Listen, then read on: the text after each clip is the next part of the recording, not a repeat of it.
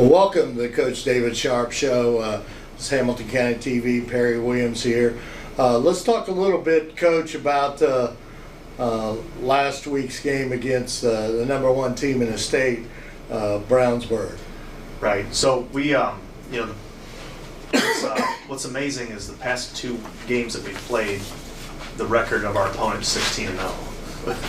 HSC's 8-0, Browns is 8-0. They play each other for the conference championship next week. But we were very beat up and banged up after that HSC game. We played with, I'm very proud offensively, we played with 3 brand new starters on the offensive line. So Nate Ham was out, couldn't play. Blake Cole was out, couldn't play.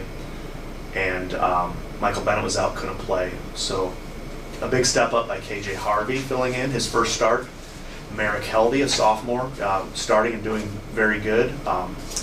And then Toby Barnes, a sophomore, stepped up at center and did just fine. So replacing three linemen this week was difficult, but the offense played very well. Our defense played tremendously on first and second down. Okay, but when you're playing a team like Brownsburg with 4 amazing receivers, 2 amazing running backs, a Division I quarterback that can scramble and throw, and it's just hard to get off the field on third down. When you don't blitz him, he has time and he can pick you apart. When you do blitz him, he gets rid of it instantaneously, and it's just they're very hard to stop. But we did get a few big stops. You know, we had Carter Richardson, a huge interception when the score was 21-14 right before half, gave us right around midfield, gave us a legitimate chance to tie the game at halftime. We couldn't capitalize on that though. We forced a punt, and then we had a 4th down. We stopped them on a 4th and inches also. So overall, we played very well defensively. But then you look at the scoreboard, it's like, how they have 45 points? It's just they can score quickly, and they had good field position throughout the night as well. So they're a great team. But yeah, offensively, it was great to receive the opening kick and go on a 15-play, 80-yard drive, something like that. Nickel and diming them, getting all 3 running backs involved. Gabe Bellin is, Blake Widget did not play also, so we had 4 starters out with injury. But Gabe Bellin stepped up. We really love Gabe. He's been one of our hardest workers.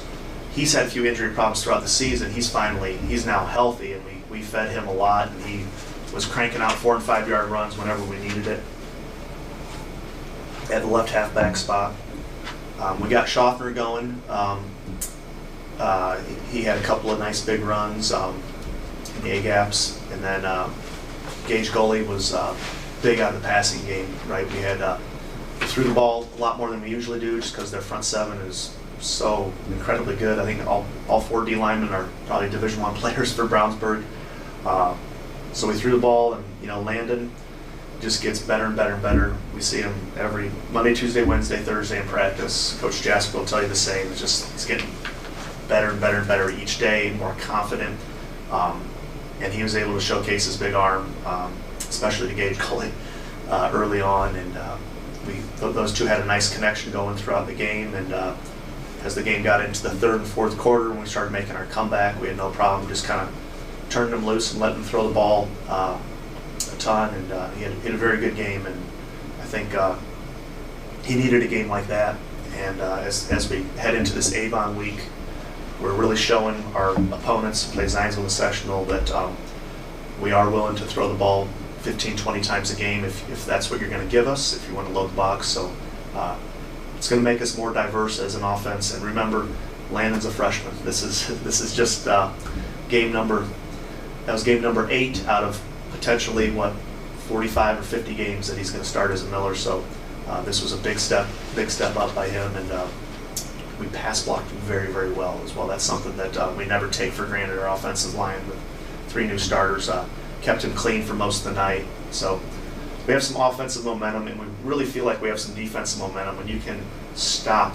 I mean, they have 2 Division I linemen. They have a left tackle going to Iowa, and we were able to slow down their run game on 1st and 2nd down and get them into those 3rd and uncomfortables, and they squeaked out of it. But overall, our front 7 especially is like, we're playing very well. Like, Austin Hastings is playing out of his mind well as a linebacker. Our defensive line is it's a cast of characters. Like we rotate in a lot of guys. We played probably 6 guys on the D line just subbing in and out every 3 or 4 plays, but they're getting better and they're holding their own. And we're bringing down these really good running backs now. And we're going to see another great running back. We're going to see yet another Division I quarterback in Mason Reynolds with Avon. So another offense just loaded with speed and skill.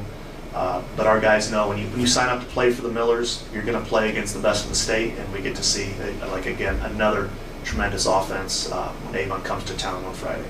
Yeah, a couple things, Coach. The one thing on quarterback Landon Hughes, coming in this ball game, he was completing about 35% of his passes, and on Friday night he completed 48% of his passes. So, you can see, and we've talked about this many times during the season. He's a freshman, and he's coming along, and he has progressed. But the Brownsburg game, considering that's the #1 team in the state, he played an outstanding football game, and it also took a little pressure off of Brewer by Gage Gully coming in out of that backfield and catching some passes, because in games prior, they were really keen on Brewer because most of the time we threw to. Yeah, we knew there was going to be a game like this where AB gets all the attention from the defense, and anytime we would streak him out, he'd be going into double or triple coverage. And Gage Gully's a great football player, great athlete, and we were able to get him open a few times. And with throwing percentages, like offensive with what we do, when we throw, we do try to throw deep. We're going to try to take a shot. Yeah. So we're never going to have that a spread offense that's throwing a bunch of 5-yard hitches and stuff like that. Their completion percentage is always going to be a little higher than ours. But when we throw deep, and we had a nice 75-yarder to get right back into the game, make it 21-14. It was just a bullet by Landon, and Gully showed that he's a skill player. He's a 6A skill player. He outran those defensive backs when he got down to the 30, to the 20, to the 10, and was able to house it. Yeah, and hats off to that offensive line. I mean, with, like you said, with 3 starters out and those guys, I mean, that's that mentality and next guy up. I mean, that's a cliche that everybody says, but it's true. I mean, sometimes that's the best defense we've seen, and that was with we had Ben Decker and Drew Page are seniors. KJ Harvey made his first start as a senior, but everybody else is underclassmen, and they're just getting better. We are getting better. It's hard to see it if you just look at the scoreboards, but if you come to practice, we know it. We know we're getting better. Sometimes the previous 2 games against FC and Hamilton Southeastern, we couldn't convert third downs, and this game we were able to keep the sticks moving against Brownsburg, and we had quite a few first downs, especially that opening drive. It's like those 3rd and 4s that we didn't convert against HSE and FC. Now we're getting those, and that's just, it gave us a little bit more of a confidence, a little boost, and by halftime, our guys were they were ready to get back out there, because we probably ran, 35 plays in the first half. And when you look at our FC and HSE games, which we did not play well at all offensively, we barely had any plays. We just kept punting, no, 4th down, got a punt, 4th down, got a punt. And, it just helps you get in the flow. And our guys know that. We were incredibly dialed in, considering we told them before the game, it's like, we're going to get stuck in 465 traffic. We're going to get there. There's going to be 5,000 people wearing purple, and we're going to probably have 100 fans. Basically, your moms and dads will be there, and nobody else will be there. So it's us against the world. We've got to get off the bus. We've got to have a good start. And 15 plays, 80 yards, taking 8 minutes off the clock is as good as you can possibly do. So. Yeah, and that's what this offense is supposed to do, right? I mean, right. We know everybody we play is going to be amazing on offense. We want to keep guys like JT Whitaker or Jaden Whitaker, their quarterback, keep him on the bench, keep him cold, just keep him frustrated, and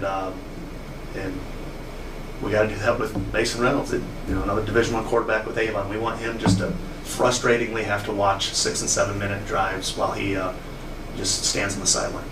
And the one good thing too is that, and because I did not attend the game, but I did watch it on TV, and we didn't quit. I mean, we played the entire football game, and sometimes when you have a season like we've had so far this year, and sometimes at the end of the season kids can get down, but I truly didn't see much of that out No, there. we don't get down. Like our guys know that we're always going to have a little bit of a speed disadvantage.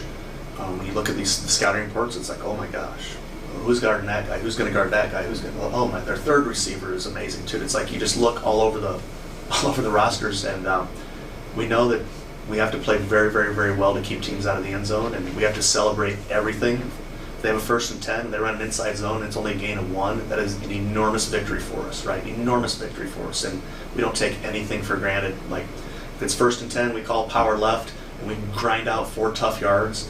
That's a celebration right there, and that's how we continue to praise the kids for everything they're doing well.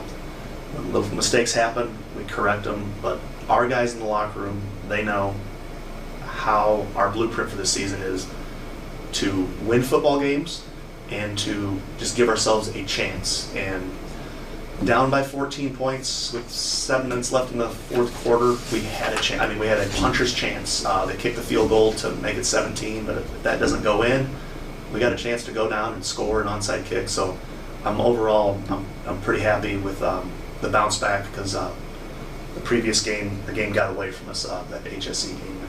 Yeah, I think we got a good mindset. We had it's Monday. We had a morning practice because there's no school. I felt like we had a great Monday morning practice, and I'm excited for tomorrow morning's practice. And I think our kids are